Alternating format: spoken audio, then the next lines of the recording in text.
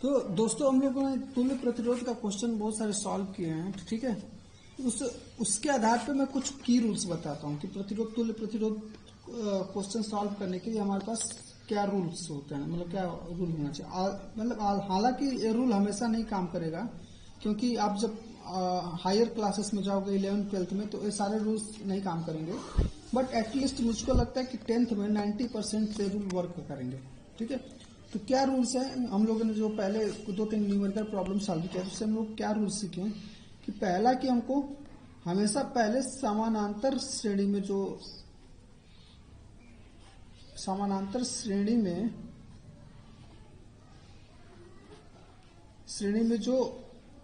जो प्रतिरोध लगे वो सबसे पहले उनको सॉल्व करने की कोशिश करो, ठीक है।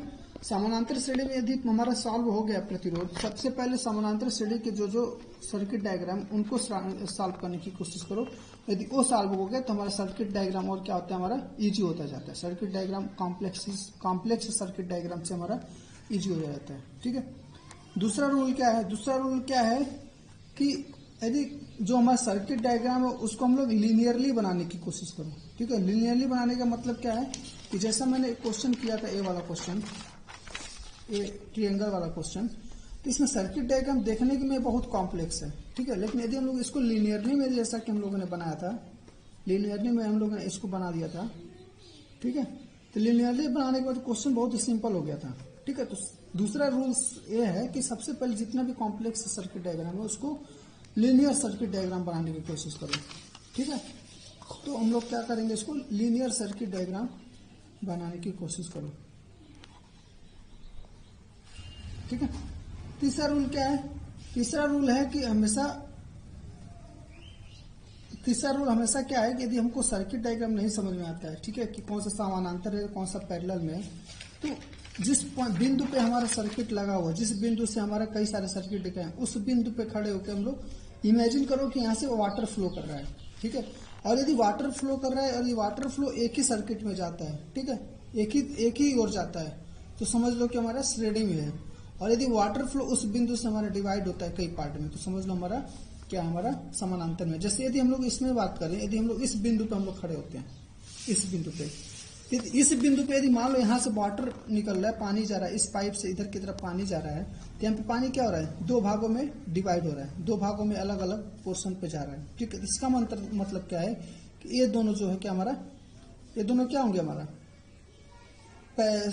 समानांतर में होंगे, ठीक है। ये दोनों क्या होंगे, हमारा समानांतर में होंगे। और यदि इसके आगे हम लोग जाएंगे तो जितना वाटर इसमें इसके थ्रू जाएगा उतना वाटर इसके थ्रू भी जाएगा, ठीक है। तो इसका मतलब क्या है, ये दोनों सर्किट जो है हमारा श्रेणी में है, ठीक है। ये दोनों हमारा पैरेलल में और ये दोनों हमारे क्या है, श्रेणी में है, ठीक है।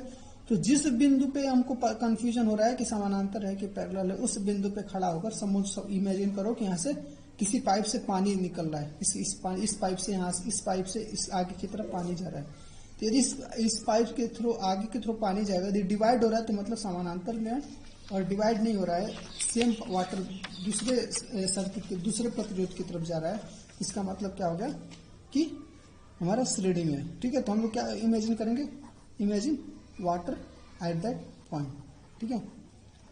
तो ये 3 रूल हमेशा याद रखो। ये 3 रूल यदि याद रहता है तो तुम कोई भी तुल्य प्रतिरोध का क्वेश्चन सॉल्व कर लोगे। पहला, समानांतर श्रेणी को पहले कोशिश करो सॉल्व करने के लिए किसी भी सर्किट डायग्राम में। दूसरा, यदि सर्किट डायग्राम बहुत कॉम्प्लेक्स दिया हुआ तो उसको लीनियरली डायग्राम बनाने की कोशिश करो। तीसरा, यदि किसी पॉइंट पे कंफ्यूजन हो रहा है कि वहाँ पे हमारा समानांतर है कि पैरेलल है, तो वहाँ पे क्या करो, हमारा इमेजिन करो कि इस पॉइंट से हमारा इस पाइप से दूसरे पाइप से पानी निकल रहा है। यदि डिवाइड हो रहा है दो पोर्शन में तो मतलब हमारा समानांतर में, यदि डिवाइड नहीं हो रहा तो हमारा श्रेणी में। तो इन तीनों से हम लोग कोई भी प्रतिरोध के क्वेश्चन सॉल्व कर सकते हैं। अब चलते हैं हम लोग नेक्स्ट सेकंड क्वेश्चन जो है, यदि दो प्रतिरोधों को समानांतर में जोड़ने पर तुल्य प्रतिरोध आर है, ठीक है। तो मतलब कि बोल रहा है कि यदि दो प्रतिरोध हैं, ठीक है, इन दोनों को सर्किट में जोड़ा जाता है, इनका तुल्य प्रतिरोध क्या होता है, हमारा आर होता है, ठीक है।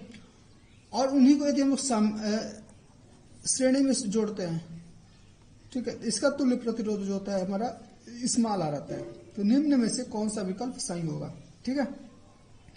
तो बहुत ही सिंपल क्वेश्चन है। यदि मान लो कि इसको मतलब मैं एक एग्जांपल के थ्रू बताता हूँ, ठीक है। ये तो मतलब वैसे ही पता हो जाना चाहिए हमको, लेकिन सपोज कर लो एग्जांपल के थ्रू हम लोग निकालते हैं कि मान लो कि दो समान प्रतिरोध है हमारे पास 1 ओम के, ठीक है।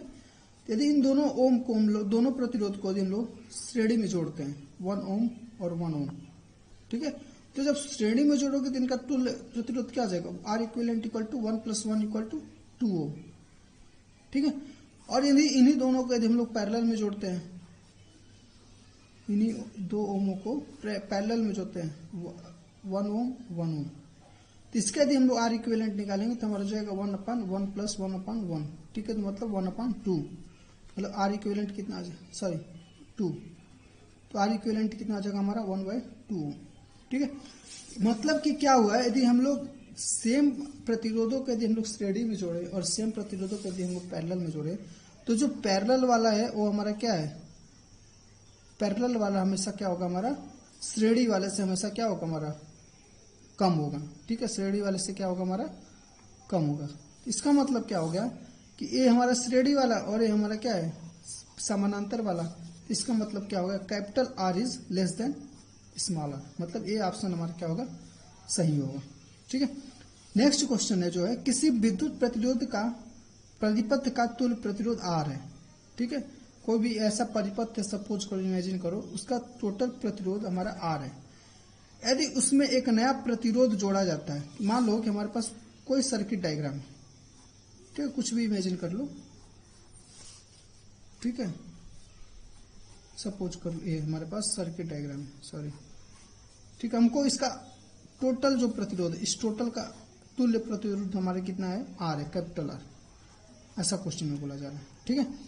अब बोल रहा है कि यदि इसमें एक नया समानांतर प्रतिरोध जोड़ा जाता है, ठीक है, इसमें इस टोटल में एक नया प्रतिरोध जोड़ा जाता है, इन दोनों प्रतिरोधों को एक बार श्रेणी में जोड़ा जाता है और एक बार किस में जोड़ा जाता है, समानांतर में जोड़ा जाता है, ठीक है। मतलब कि ये जो सपोज कर लो ये आर इक्विवेलेंट है, मतलब ये R equivalent equal to R, ऐसा इमेजिन कर लो एक बार के लिए। मान लो ये हमारा आर इक्विवेलेंट है, बोला इस आर इक्विवेलेंट से एक बार एक दूसरे प्रतिरोध को श्रेणी में जोड़ा जाता है और एक बार हमारा क्या किया जाता है, एक बार हमारा पैरेलल में जोड़ा जाता है, ठीक है, सेम प्रतिरोध, ठीक है। एक बार पैरेलल में जोड़ा गया है और एक बार श्रेणी में जोड़ा गया है। तो जिसको जब समानांतर में जोड़ा जाता है तो इसका मान कितना होता है हमारा R1, इस दोनों का तुल्य प्रतिरोध का मान हमारा R1 हो जाता है, ठीक है। और इसी को श्रेणी में जोड़ा जाता है तो इन दोनों का तुल्य प्रतिरोध का हमारा क्या हो जाता है, R2 हो जाता है, ठीक है। तो इसमें से ऑप्शन बोल रहा है कि कौन सा ऑप्शन सही जाएगा। तो सेम जो क्वेश्चन हम लोगों ने किया था पहले का, मतलब कि हमारा जब भी समानांतर में कोई प्रतिरोध जोड़ा जाता है तो उसका तुल्य प्रतिरोध हमेशा श्रेणी में जोड़े जाने वाले प्रतिरोध से कम होता है, ठीक है। तो हमारा यदि समानांतर के केस में R1 है और श्रेणी के केस में हमारा कितना है, हमारा R2 है, ठीक है। तो हमारा क्या हो जाएगा, R1 is less then R2 होगा, हमारा क्या हो जाएगा, R1 is less then R2 होगा, ठीक है। लेकिन हमारा क्वेश्चन क्या पूछ रहा है कि R से कौन सा कम हो जाएगा, R से कौन सा कम हो जाएगा, ठीक है। यदि इस क्वेश्चन को हम लोग देखें, जो हम लोगों ने 1 ओम का एग्जाम्पल लिया था, 1 ओम का, ये जो 2 ओम आ रहा है श्रेणी के केस में, वो क्या हो रहा है, 1 से ज्यादा हो रहा है, 1 से क्या हो रहा है, 1 से ज्यादा हो रहा है।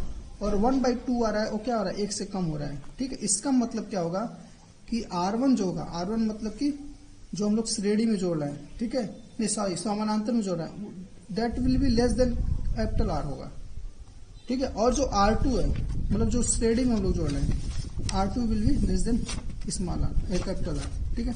मतलब कि कौन कौन सा ऑप्शन सही हो जाएगा, ये ऑप्शन सही हो जाएगा और ये ऑप्शन सही हो जाएगा, ठीक है।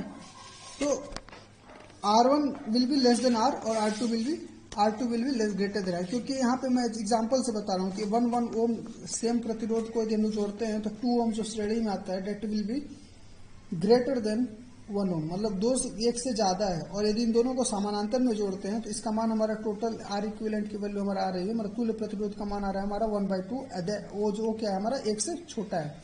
यदि हम लोग R को यदि इसके आर इक्विवेलेंट के साथ जोड़ेंगे तो R2 आएगा, ये आएगा R1, इसीलिए हमारा क्या हो जाएगा, R1 जो होगा R से छोटा होगा और R2 होगा हमारा R से बड़ा होगा।